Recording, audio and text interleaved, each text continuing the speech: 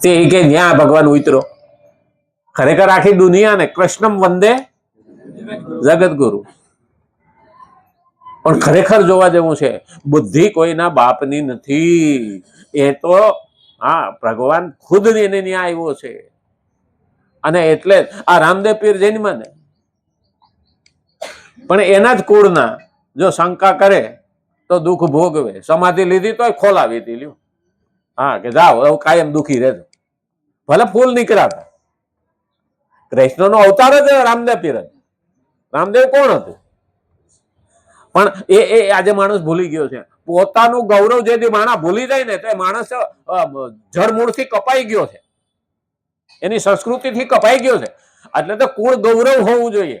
રઘુકુલ રીત સદા ચલી આઈ, રઘુકુલ રીત સદા ચલી આઈ, પ્રાણ જાય અરુ બચન ન જાય. આ કુળની રીત છે. તો યદુ કુળની રીત નહોતી છે. અને કૃષ્ણએ કીધું તું આ રીત તમે તે હું કહું એ પ્રમાણે નહીં જીવો ને ભૂલી જશો તો તમારો સંહાર નક્કી છે. આપણે આપણો સંહાર જાતે ન ઉતરીએ. નહીતર ગૌરવ લેવું જોઈએ. કોઈ ત્યાં ભગવાન ન જૈનમાં, અમારે ત્યાં કેમ જૈનમાં, અમારા જ વારસામાં કેમ આવ્યું?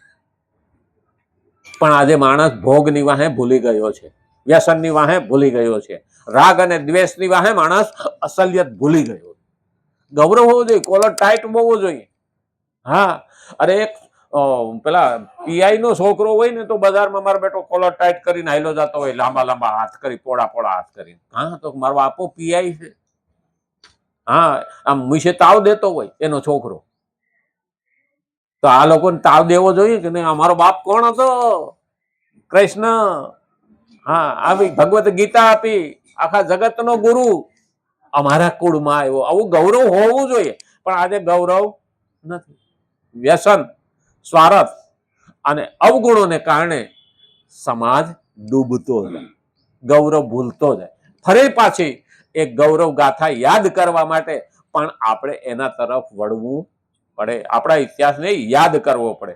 અને એટલે કીધું પ્રસ્તુત શ્લોકમાં 3જો અધ્યાય 18મા શ્લોકમાં આપણે વાંચીએ છીએ અત્યારે, બહુ દિવસ થઈ ગયા નહીં, બરાબર ઉપરયુક્ત સાધનાની સિદ્ધિની વાત છે. ત્યાં અધ્યાય 2નો 47માં બીજા અને ત્રીજા ચરણમાં સાધકને માટે જે વાત કહેવામાં આવી છે તે પ્રસ્તુત શ્લોકના ઉત્તરાર્ધમાં સિદ્ધ મહાપુરુષને માટે કહેવામાં આવી છે કે તેમનો કોઈ પ્રાણી અને પદાર્થ સાથે કોઈ સ્વાર્થનો સંબંધ રહેતો નથી.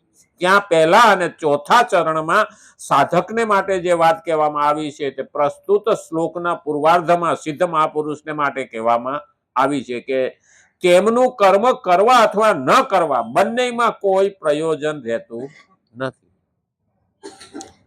આ રીતે 17મા 18મા શ્લોકમાં કર્મયોગથી સિદ્ધ થયેલા મહાપુરુષના લક્ષણોનું જ વર્ણન કરવામાં આવ્યું છે. સિદ્ધ ક્યારે થાય? સાધના કરે તો સિદ્ધ થાય. આપણે કાલે બધા જ બેઠા હતા, સાંભળતા હતા, પૂરું થઈ ગયું ત્યાં સુધી કોઈ હૈલા નહીં. કારણ કે ચિત્ત એક થઈ ગયું. ચિત્ત એક થાય પછી સિદ્ધિ મળે. સિદ્ધ થવા માટે સતત નિરંતર દીર્ઘકાલ છે. આપણે બેનો દહીં મેળવે અને રાતે એક જગ્યાએ મૂકી, પણ સીબું ઉસકાવીને ઘડીએ ઘડીએ આંગળી નાખીને આમ હલાવે, દહીં થયું કે નહીં, દહીં થયું કે નહીં, તો એ દહીં થાય. હવા દહીં થાય, દહીં જામે.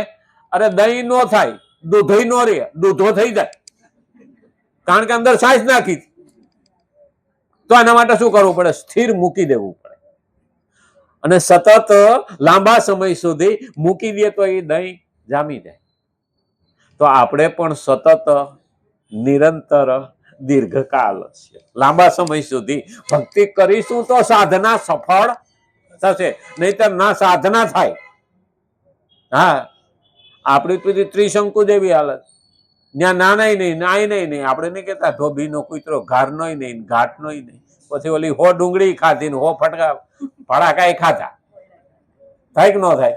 આપણે બે બાજુથી ના હોવું જોઈએ. સાધના સતત નિરંતર દીર્ઘકાલ છે. ઘણા વખતે કોઈ એવું કહે ને અમે તો ભક્તિને રસ્તે ગયા એટલે મુશ્કેલી આવવા માંડી.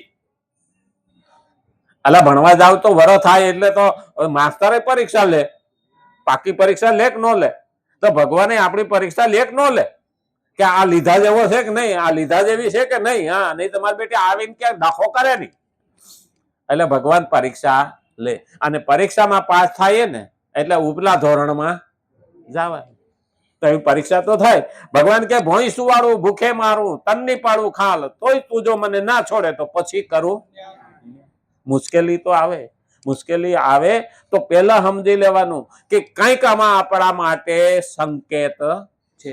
જે આવ્યું છે એ સારા માટે છે, અને જે આવવાનું છે એ પણ સારું જ છે. ભગવાન છે. મને તેમ લાગે ને કે આપણે મુશ્કેલી આવે ને તો રડવાની કોઈ જરૂર નથી. આપણે દિવાળીમાં 5 દાડા મીઠાઈઓ ખાઈએ ને, બહુ મીઠાઈ ખાય, પછી છે ને બહેણીમાં ભરી હોય ને તો મીઠાઈ ખાવા છોકરાને ન દે. એક લાડવો દે ને તો નહીં, 5 દાડા ખાધું, હા હવે પેટ બગડશે, માંદો પડી, આ ખા, આ કડવું છે, આ નથી ખાવું, આ કડવું નહીં, ખાવું પડશે. માં ડારો દઈને પણ ખવડાવે, કાન પકડીને પણ ખવડાવે, કારણ એના હિતમાં છે. એમ આપણે બહુ ભોગમાં આડોડતા હોય ને તો ભગવાન થોડી દાદી કડવાશ આપે, પણ બધી કડવાશ તો ભગવાન નો આપે. આપણે કડવા હોઈએ તો પાછું મીઠા ન થાય. હા, નહીતર તો ખરેખર ફળ પાકે ને એટલે મીઠું થાય. હા, ફળ પાકે તો મીઠું થાય.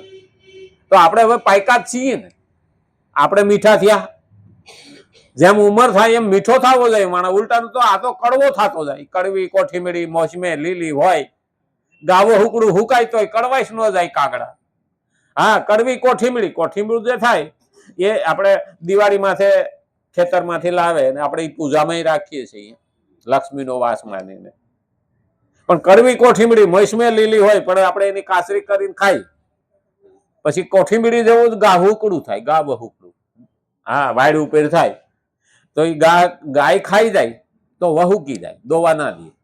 એટલે એમાં એટલી કડવાશ છે કે એને નુકસાન કરે, એટલે એને ગા વહુકડું કહી.